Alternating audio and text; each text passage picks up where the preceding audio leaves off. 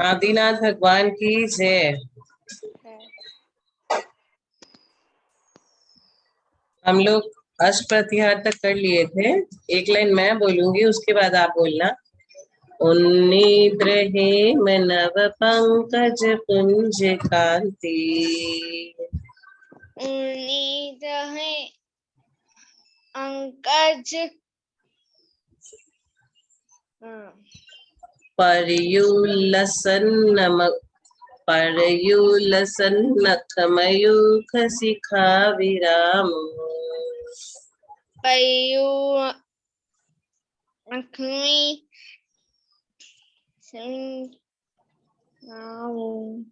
पादोपदानि तव यत्र जिनेन्द्र दत्त। मैम आपकी आवाज अभी अच्छे से नहीं आई थी। पादोपदानि तव यत्र जिनेन्द्र दत्त,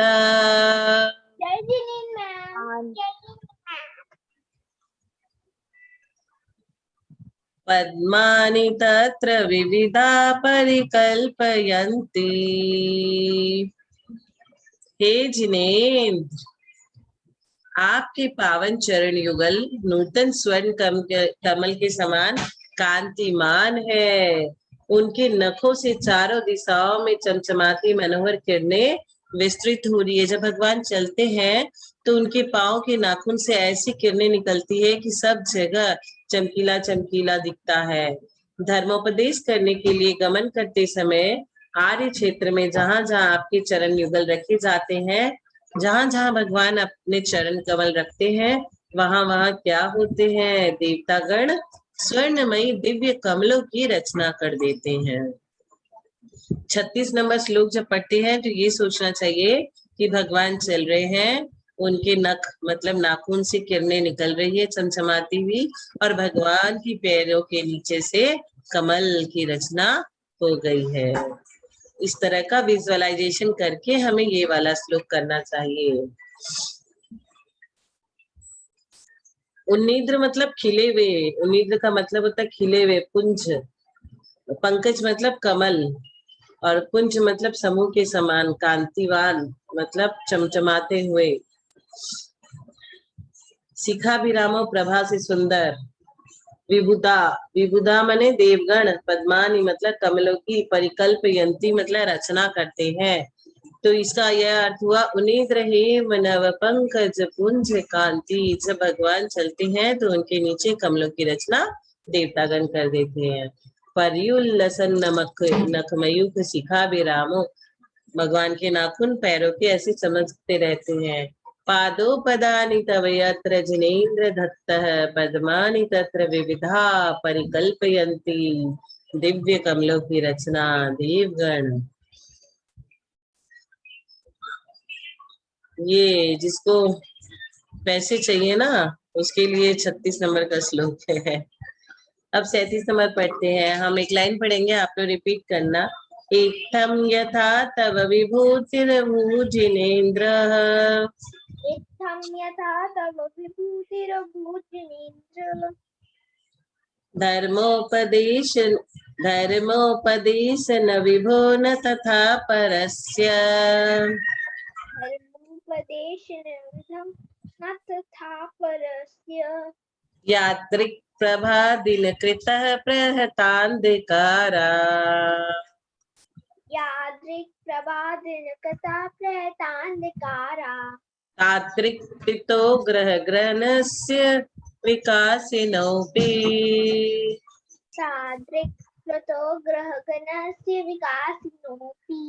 का मतलब है जिनेन्द्र देव, समवसरण में भगवान का समावसरण होता है ना, वहां विराजमान धर्मोपदेश करने के समय, जैसे जब भगवान समवसरण में विराजमान रहते हैं तो अष्ट महाप्रातिहार्य रूप दिव्य विभूतियां आपके पास होती है। अष्ट प्रातिहार क्या क्या है हमने पढ़ लिया। वैसी विभूति अन्य कल्पित देवों के पास किंचित मात्र भी नहीं है। जो भगवान आपके पास ये अष्ट प्रतिहार समवसरण के समय रहता है, अन्य देवों के पास नहीं रहता। सो यह ठीक ही है कि अंधकार को नाश कर देने वाली जैसी ज्योति सूर्य में होती है, वैसी ज्योति टिमटिमाते हुए तारों में कहाँ हो सकती है। तो इसका ये मतलब है, जिस तरह का प्रकाश सूर्य में होता है वैसा तारों में नहीं, वैसे ही भगवान समोशरण में बैठे अष्टप्रतिहार के साथ रहते हैं और बाकी देवताओं में यह नहीं पाया जाता। इत्थम यथा तव विभातिरभूजलेन्द्र धर्मोपदेश न विभो न तथा परस्य यादृक् प्रभादिन कृतः प्रतांधकारा। सारे तारे नक्षत्र अंधकार को दूर नहीं कर सकते, लेकिन सूरज कर सकता है। तादृक् कृत ग्रह गणेश विकास नोपी, वैसे ही भगवान के अष्टप्रतिहार भगवान के समोसरण में ही मिलता है, अन्य देवी देवताओं में नहीं। अब 38 नंबर पढ़ेंगे, एक एक लाइन। च्योतन्मदा विल विलोल कपोल मूल, चेतन मदा विलोल कपोल मूल,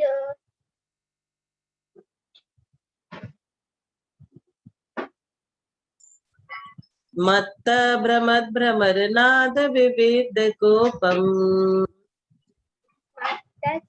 ब्रह्मंड भ्रमरनाद विवृद्ध कोपम, ऐरावतावमिव मुद्दत मापतन्तम्, ऐरावतापमिव मुद्धतमापतन्तम्, दृष्ट्वा भवं तव दृष्टा भयं भवति नो भवदाश्रितानम्, दृष्ट्वा भयं भवति नो भवदाश्रितानम्। इसमें क्या कह रहे हैं भगवान? ही जिनेन्द्र देव, गंडक स्थल से मद झरझर कर जिनके कपोलों तक बह रहा हो और मद पीने के लिए बेसुध मंडराने वाले काले भ्रमर की गुंजार से जिसका क्रोध और अधिक बढ़ गया हो, ऐसे ऐरावत के समान विशाल काय उन्मत्त हाथी, एलिफेंट, जो हाथी होता है ना, एलिफेंट, एलिफेंट के सामने आने पर भी आपकी शरणागति होने वाले भक्त को, पता है जब एलिफेंट सामने आता है तो सब डर जाते हैं। और एलिफेंट नॉर्मल की तो बात छोड़ो, यहाँ पे ऐसे एलिफेंट की बात की गई है जो बेसुध है, उन्मत्त है, मद पिए हुए आदमी की तरह मंडरा रहा है। ऐसे हाथी के आगे आने से भी आपकी शरण में आए वाले व्यक्ति को कुछ नहीं होता। इस च्योतन मदा विलोल कपोल मूल भ्रमद भ्रमर नाद विविध कोपम, ऐरावताभमिव मुद्गत मापतंतम दृष्ट्वा भवति नो भवदाश्रितानाम। ऐसा हाथी जो बेसुध है, विशाल काय उन्मत्त हाथी सामने आ जाए कुछ भी नहीं होता है। अब 39 नंबर। भिन्नेभ कुंभ गलदुज्ज्वल शोणिताक्त,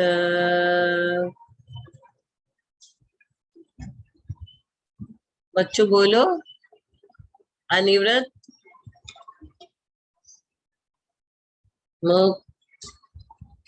भिन्नेभ कुंभ गलदुज्ज्वल शोणिताक्त,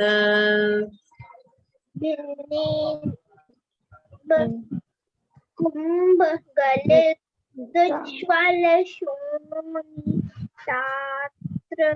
मुक्ता फल प्रकर भूषित भूमि भागः, भूषित भूमि भाग, बद्ध क्रमः क्रमगतं भरिणाधिपोऽपि,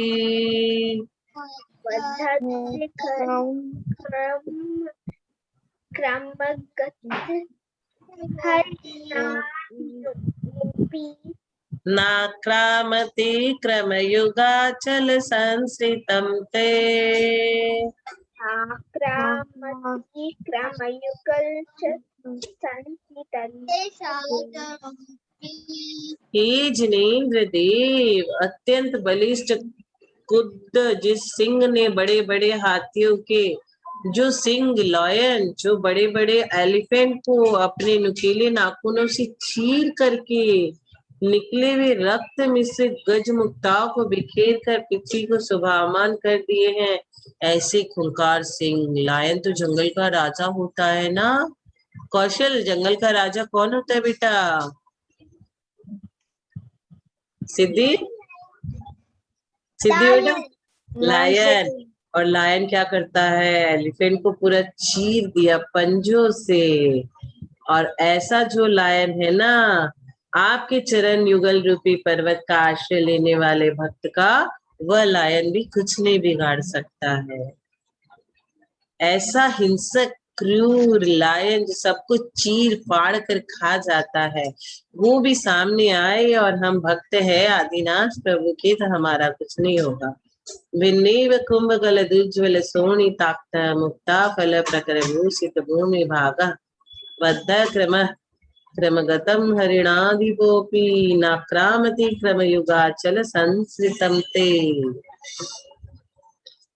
भिन्न मतलब छिन्न भिन्न, इब मतलब हाथी, कुंभ मतलब गंडक स्थल मतलब मस्तक माथा, उज्जवल श्वेत वर्ण वाले, सोनिताक्ता रक्त से सने हुए, मुक्ता फल गज मोती। तो आप ये समझ गए इसका अर्थ क्या समझाना चाह रहे हैं मानतुंगाचार्य? कि ऐसा सिंह जिसने हाथी का एकदम छेदन बेदन तोड़ फाड़ छिन्न भिन्न सब कर दिया, वैसा सिंह भी हमारे सामने आ जाए तो हमारा कुछ भी नहीं बिगाड़ पाएगा। 40 नंबर, कल्पांत काल पवनोदत वन्य कल्पम। हाँ, मेरे पास एक क्वेश्चन है। ये बोलो सारे सारे सारे स्रोत में बस आदिनाथ भगवान के बारे में क्या? हाँ बेटा, मानतुंगाचार्य को जब जकड़ लिया था, ताले में बंद करके जेल में डाल दिया था ना, तो उन्होंने आदिनाथ प्रभु की स्तुति की थी, उनको ध्याया था। और जेल में पड़े हुए श्री आदिनाथ 24 तीर्थंकर की ध्यान नहीं किया उन्होंने, सिर्फ आदिनाथ प्रभु को ध्याया था। और एक एक श्लोक की रचना करते करते एक एक ताले उनके टूट गए, ऐसी भक्ति में वो ओतप्रोत हो गए। आप भी कभी ऐसी भक्ति करना, आपका जो काम आप चाहोगे वही हो जाएगा। लेकिन भक्ति में शक्ति होनी चाहिए आपकी। आप आदिनाथ प्रभु की भक्ति करो या महावीर की भक्ति करो, लेकिन भक्ति में आपकी शक्ति होनी चाहिए।